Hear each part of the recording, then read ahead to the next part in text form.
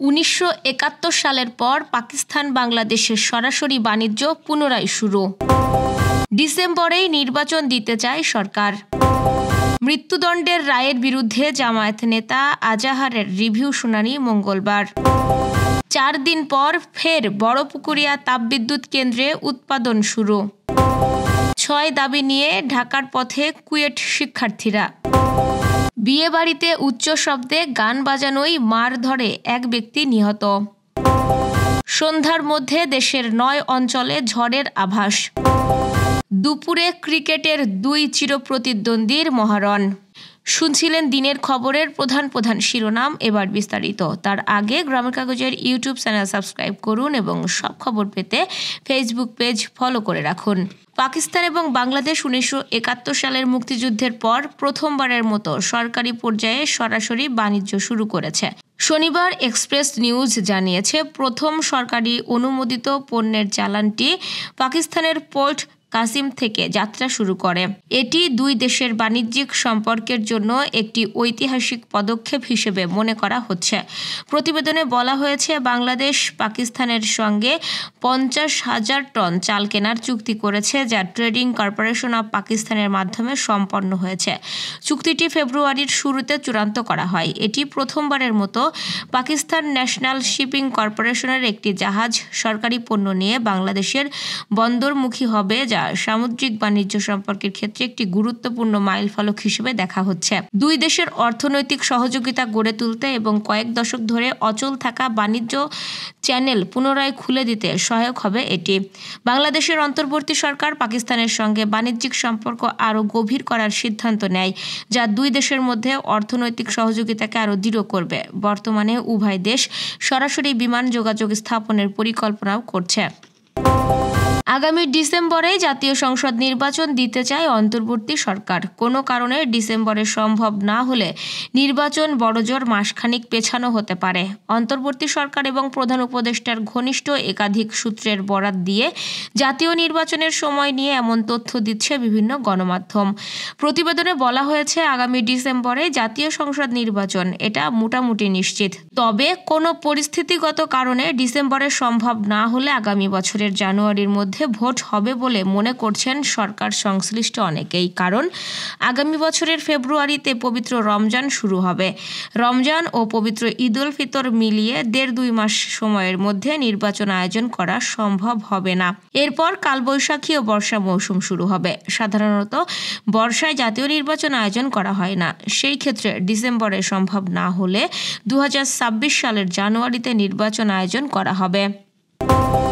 মানবতাবিরোধী অপরাধের মামলায় মৃত্যুদণ্ডের রায় রিভিউ চেয়ে জামায়াত নেতা ATM আজাহারুল ইসলামের করা আবেদন শুনানির জন্য 25 ফেব্রুয়ারি দিন ধার্য করেছেন আপিল বিভাগ। রোববার সকালে আপিল বিভাগের জ্যেষ্ঠ বিচারপতি মোহাম্মদ আশফাকুল ইসলামের নেতৃত্বাধীন 3 সদস্যের আপিল বিভাগ এই তারিখ ধার্য করেন। এর আগে দ্রুত সময়ের মধ্যে রিভিউ শুনানির জন্য আবেদন করেন অ্যাটর্নি জেনারেল আসাদুজ্জামান এবং আন্তর্জাতিক অপরাধ ট্রাইব্যুনালের চিফ প্রসিকিউটর মোহাম্মদ তাজুল ইসলাম।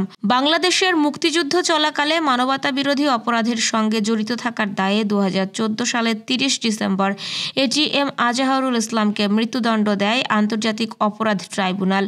এই রায়ের বিরুদ্ধে 2015 সালের 28 জানুয়ারি আপিল করেন আজাহারুল।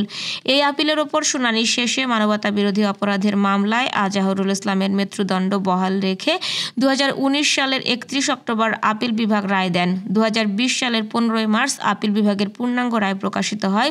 পূর্ণাঙ্গ রায় প্রকাশের পর তা পুনর্বিবেচনা চেয়ে 2020 সালের 19 জুলাই আপিল বিভাগে আবেদন করেন তিনি। এই পুনর্বিবেচনার আবেদন শুনানির জন্য 25 ফেব্রুয়ারি দিন ধার্য করা হয়েছে।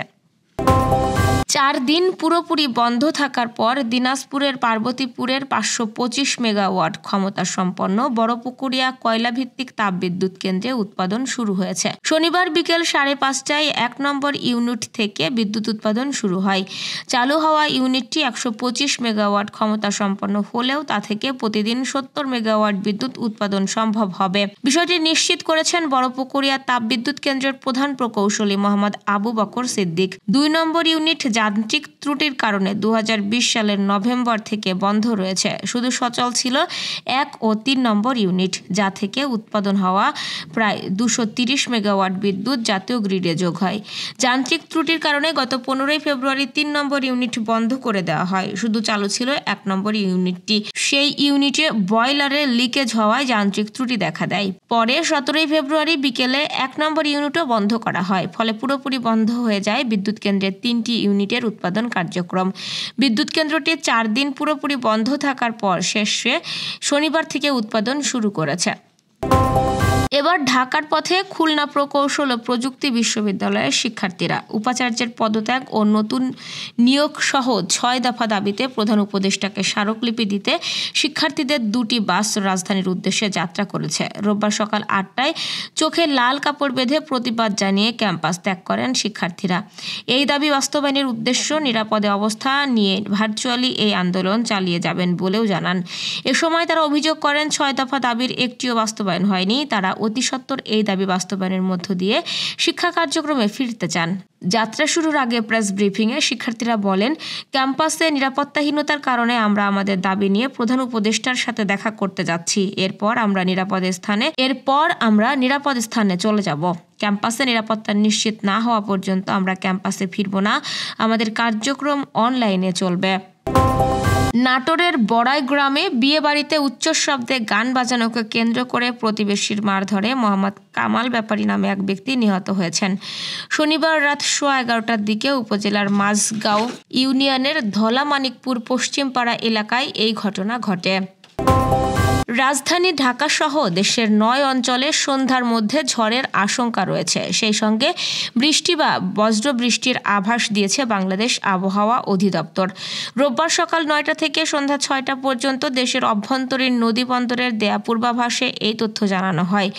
সহকারী আবহাওয়াবিদ কাজী জেবুন্নেসার সই করা ওই পূর্বাভাসে বলা হয়েছে, রাজশাহী, পাবনা, বগুড়া, রংপুর, টাঙ্গাইল, ঢাকা, ফরিদপুর, কুমিল্লা এবং সিলেট অঞ্চলের ওপর ঘন্টায় 45 থেকে 60 কিলোমিটার বেগে ঝড় বয়ে যেতে পারে। পশ্চিম বা উত্তর পশ্চিম দিক থেকে এই ঝড় বয়ে যাওয়ার আশঙ্কা রয়েছে। সেই সঙ্গে বৃষ্টি বা বজ্রবৃষ্টিও হতে পারে। তাই 9 অঞ্চলের নদীবন্দরগুলোকে 1 নম্বর সতর্ক সংকেত দেখাতে বলা হয়েছে। বিশ্ব ক্রিকেটের এল ক্লাসিকো কিংবা 2 চিরপ্রতিদ্বন্দ্বীর রোমাঞ্চকর দ্বৈতরথ ধরা হয় ভারত ও পাকিস্তান ম্যাচকে। যদিও হরহামেশা এমন লড়াই দেখার ফুরসত মেলে না ক্রিকেট ভক্তদের।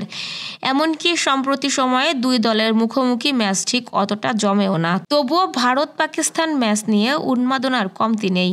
তেমনই এক ব্লকবাস্টার ম্যাচে আজ রোববার আইসিসি চ্যাম্পিয়ন্স ট্রফিতে মুখোমুখি হচ্ছে ভারত ও বাংলাদেশ। বাংলাদেশ সময় দুপুর 3টায় দুবাইয়ের আন্তর্জাতিক ক্রিকেট স্টেডিয়ামে ম্যাচটি শুরু হবে। এই ম্যাচের 2 প্রতিদ্বন্দ্বী আবার চ্যাম্পিয়ন্স ট্রফির সর্বশেষ 2017 আসরের ফাইনালিস্ট। সাম্প্রতিক সময়টা ঠিক স্বাচ্ছন্দ্যের না কাটলেও ডিফেন্ডিং চ্যাম্পিয়ন হওয়ার সুখস্মৃতি নিয়ে নামছে পাকিস্তান। অন্যদিকে ভারত আছে দুর্দান্ত ফর্মে। চিরপ্রতিদ্বন্দ্বীদের কাছ থেকে আগের আসরের শোধ নেওয়ার লক্ষ্যে নামবে গত বছরের টি-20 বিশ্বকাপ চ্যাম্পিয়নরা।